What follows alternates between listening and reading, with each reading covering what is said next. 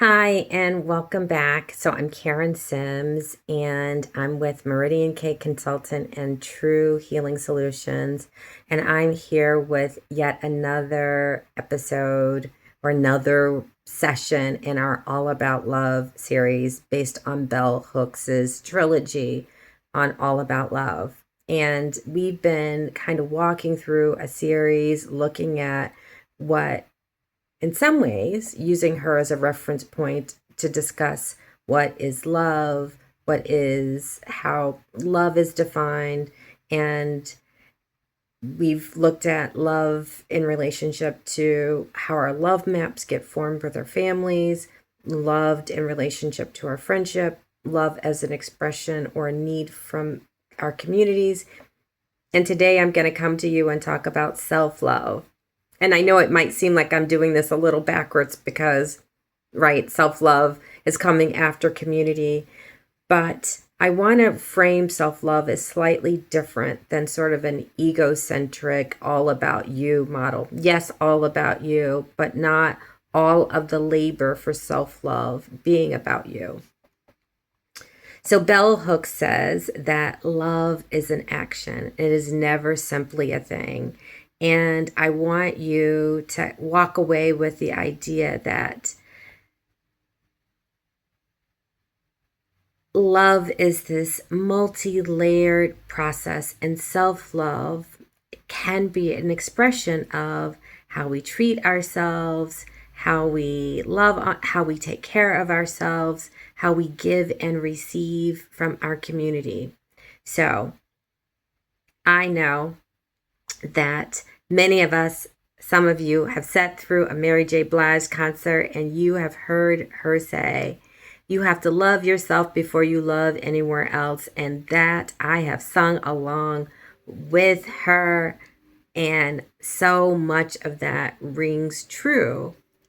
And especially for those of us who've experienced trauma and chronic stress and adversity, that goalpost of feeling like you love yourself, the feeling of self love, might seem like so far off in the distance.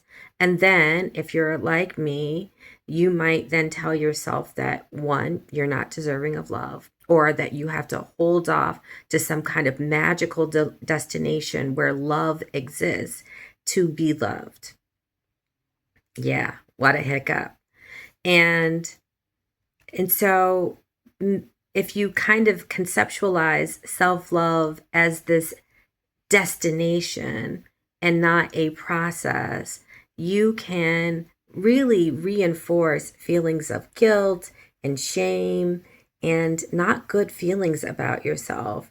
And so I thought we would approach this somewhere differently, because I think underlying all of those, you got to love yourself before you love anyone else, is this principle in a conceptualization that we can't wait for someone to love us, to complete us, to make us self feel whole, right? No one is going to come and fill up all of your missing spots. And if that is indeed happening, then we probably have some conversations about codependency to have in the future. And many people can figure out how to have codependent relationships. And we know that they're not the healthiest for our well being, for our care, and our nurturing. So, for the purposes of this conversation, I want you to operate with this working definition that self-love is the way that we consistently treat ourselves, especially when we're struggling. It can be everything from having a loving tone of voice to thinking about how we respond to our own needs. And also, like, sometimes it's the standards we keep.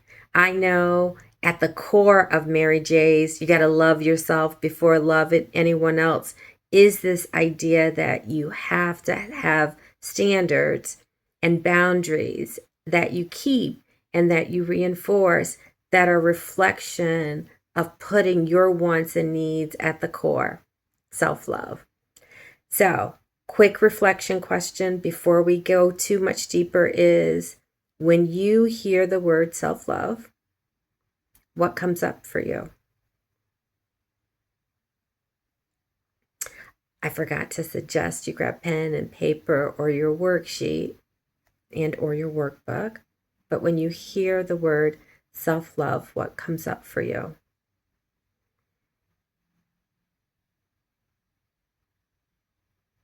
And then finish the sentence. If I treated myself with more love, I might start with, or I might start to do.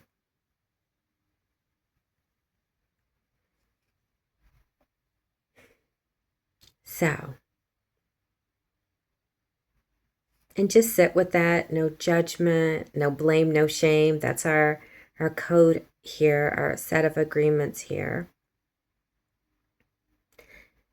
And the first activity that I want you to try and do is, or first place of reflection, because not all of you will have your workbooks or worksheets, but they are pinned to the YouTube thread, so you can grab it. But the first exercise for us to talk about here is to identify acts that are and aren't loving. So I want you to first realize that there are some things that you're already doing that are self-loving. And then there are things that you are doing that might get in the way or may not feel as loving. So, but we're going to start off with the good stuff. So, part one, what are the things, and you'll see this on your worksheet, what are the things that you're doing that already reflect your care and value of yourself? Now, this isn't a should or an ought to list, and this isn't a what I think I should be doing, but what are the things that you're doing right now?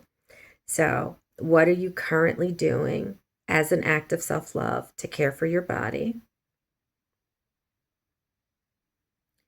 What are things that you're doing as acts of self-love to care for your mind and heart?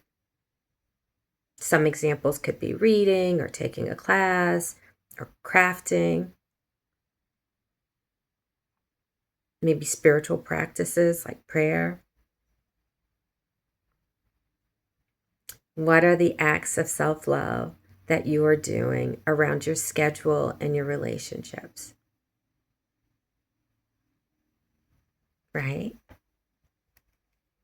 Now, just sit with that list and then star one thing from that list that you are truly proud of from each of the areas, like in your body, in your mind and heart, in your relationships and schedule. Star one of those things that you are truly proud of, that you are doing, and know that those already are acts of love.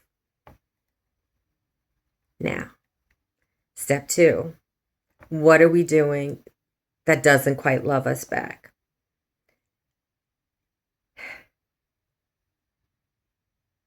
So, this is the explicit, not self-loving practice. So on the worksheet, you will answer the question, when I blank, afterwards I feel blank. For example, when I say yes, when I really feel no, I often end up with, right? You see how that goes? And the cost of it is, so a common one. So this one comes off the top of my head. When I spend too much time scrolling and I don't get enough sleep, I end up tired and exhausted the next day. And I feel like I'm constantly running on empty and like I don't feel like I have enough fuel. Or, so we want to name the behaviors that you're currently doing that, aren't working for you. Now, many of these non-loving self-practices, if you've got our workbook, you've seen this, started off well, like they were functional for a while, not hours and hours and hours on social media, but It was a good distraction. It was a way of zoning out. You loved the engagement and the pretty pictures or following up with your friends. And now, over time, it is no longer feeling like an act of self love. It has become something else. It's become a trap. So, just be thinking about one or two of these things that you're doing, right? One of the patterns or two of the patterns that you're doing that, aren't working for you. And again, reflect on that with curiosity. Don't judge yourself, but know this is not working and feeling well. And let's figure out in section C what you might be willing to do differently. So we're not trying to fix everything. We're trying to think about one or two things that you could do that might offer a little bit more self-compassion for yourself. So think of it as a gentle experiment. Oh, and if you see me looking to the off, it's because I'm checking my notes because I don't want to miss anything. So thinking about one or two things that you might be willing to think about doing differently as a compassionate reframe. So imagine thinking, I would be willing to stop doing X for a while because it helps me get Y or Z. Going back to the social media, I would be willing to stop doing scrolling for hours because it doesn't make me feel good. And instead, I'd be willing to set a timer or a time limit. And I'd want you to think about one of the things, possible changes that you could be making over the course of the week, and to then reflect on how does it feel to pour back into yourself in your mind, body, or relationships, one thing that fuels you, and adopting a couple small practices or shifts and changes. Let me know what of course, I always want to know in the comments, how does it feel? What do you think? What do you notice? And then check in with yourself over the course of the week and wonder, what's one thing that you're doing that feels loving? You might notice that you're doing even more loving acts and you can add them. Or what's one thing one habit I'm doing that I'm curious about that maybe not serving me well, that I might be willing to change. Now I want you to do the thing to think of. This is going to be the radical shift around self-love thinking. So if you've been thinking about it as a solo trip, I want you to be tempted to broaden your lens. So sometimes self-love comes through first being in relationship with others. Sometimes it is having someone love you, see you, value you, say something nice and kind and loving that starts to plant the seed that then you can internalize and grow. So it could have been something like a friend saying, you deserve more, or do you see how brilliant you are? And you really feeling it, not just hearing it. Or a mentor recommending you for a job. Or someone seeing you having a messy moment and still loving you, showing up the next day, still being in relationship with you. Those acts can sometimes, again, create a spark that serves as a catalyst to your growth. So, and if you grew up in a neighborhood that maybe didn't have a lot of positive reflective mirrors, sometimes it's the neighbor who pulls you aside and says, you are smart, you are kind, you get it. And so the practice activity for this section is the borrowed eyes activity. And the way that you're going to do it, I don't want to have to read it for you, but the way that you're going to do it is you're going to think about a person or a situation or something in the community where you have felt steady and held and admired, and where you feel like you can be your authentic feel self. And then I want you to, on the worksheet, write, imagine that person or that community speaking back to you and saying, I see you as someone who. The thing that you tend to forget about yourself is, and you deserve. I wish you would give yourself permission to. And when you're hard on yourself, I want you to remember.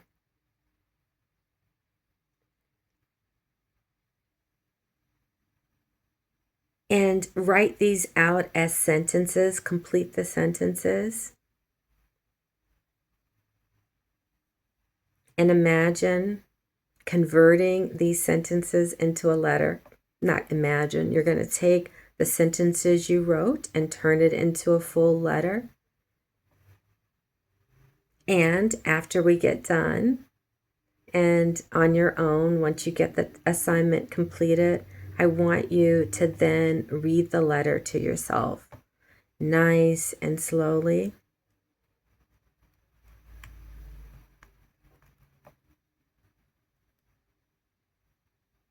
How does that feel?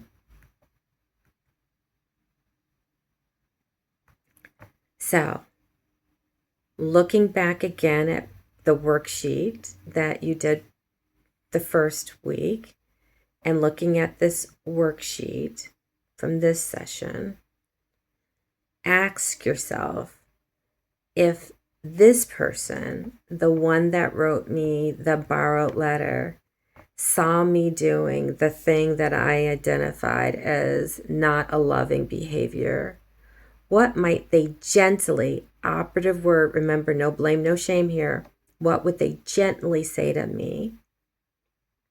And what would they want me to say or do instead?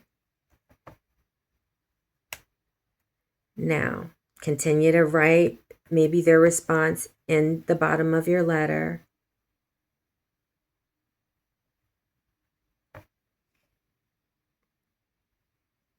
Now, as we close out this part, I want you, for those of you who've been listening along and doing it along, I want you to reflect on what's one line from the borrowed letter that you want to keep close with you this week. And if you've got time and energy and bandwidth, I encourage you to reread the letter 2 or 3 times over the week and see how it lands. There is another activity, so you might want to do this activity in the morning and close out with the borrowed letter, reread in the evening. But the other activity we want you to try for this section, these maybe week 2 and 3, is an activity that is a gold standard in the healing, self-care, self-support world. And it's Lisa Nichols' mirroring exercise. And if you haven't heard of it, please go Google it, find it, watch the video on YouTube. She talks about how she came to the activity, how transformative it has been in her life. I've had clients who've done it, who found it really, really useful and transformative. I myself, after going through a pretty painful divorce, used it. So if you think about once a day, waking up, I'm going to get to the activity, but I want to kind of walk you through what process you might be undertaking. You look at and reflect, what are the things that you're doing that are self-loving for your body, your heart, and your future self? What do you need? And then choose one small action that you're going to take in one of those areas that are loving. And then think about one activity, remember, that you're going to stop doing or change or reflect on with curiosity that may be getting in your way. And then I think I shared, we'd love for you to do the mirroring exercise. Maybe this is what you start your morning off with after you do your needs or self-love and needs check. And so on worksheet 2, you'll see the questions, and I'm going to read them here. I'm just going to read them. It's hard for you to do the activity while we're on this conversation. And you start off with saying, I am proud of you for, and you want to put your name in it. So it would be like, Karen, I am proud of you for. The second thing is, Karen, I forgive you for, and list one or two things. The third thing that you're going to say to yourself is, Karen, I commit to you that. And ideally, it's a concrete, measurable, specific behavior. So I commit to you that I will say no when my friend Jane calls and I am too tired to want to go out. And you say this in front of a mirror, naming yourself, ideally every day. You can start off with 7 days, and she recommends that you do it for up to 30 days or longer until you can make full commitments to yourself. And in your journal, you might want to reflect on what was easiest, what made you feel pride or forgiveness, or make a commitment to yourself. What of this, the 3 questions, was the hardest? And did any of you start to soften your view of yourself so that you could receive yourself in a more self-loving way? And now for the home stretch.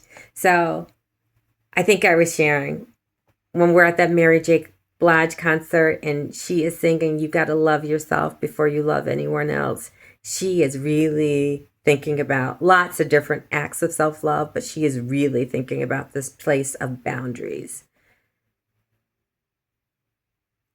Going back to the bell hooks quote, love is an action. It is never simply a feeling. And so by now, if you're looking at the workbook and you're walking through the process, by the end of your journey, you would have noticed what acts are self-loving, paid attention to how relationships can help you see yourself better and differently, practice meeting your needs and speaking to yourself in much more loving and kind ways. And then this week, we will look at how to set some limits and boundaries. No, just joking. But we'll practice the friend check as a decision standard. And baby step is, we're going to ask you that before you, this is the way we're going to start. Before you make a decision that affects your care, well-being, your mental health, you're going to ask yourself, if this was my closest friend, would I want this for them? I'm going to say that again. You're going to ask yourself, if this were my closest friend, would I want this for them? And the second question you're going to ask is, what is the version of this choice that treats me in the least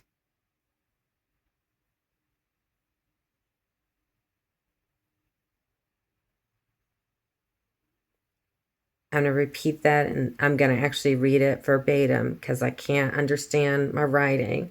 So the last question is, what is the version of this choice that treats me the least well?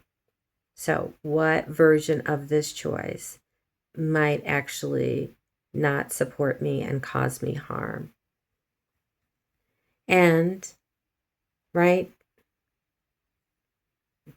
someone asks you to do something, you notice that there's a solid no or discomfort or feeling of unwellness. What would I want for a friend? Does this? Would this?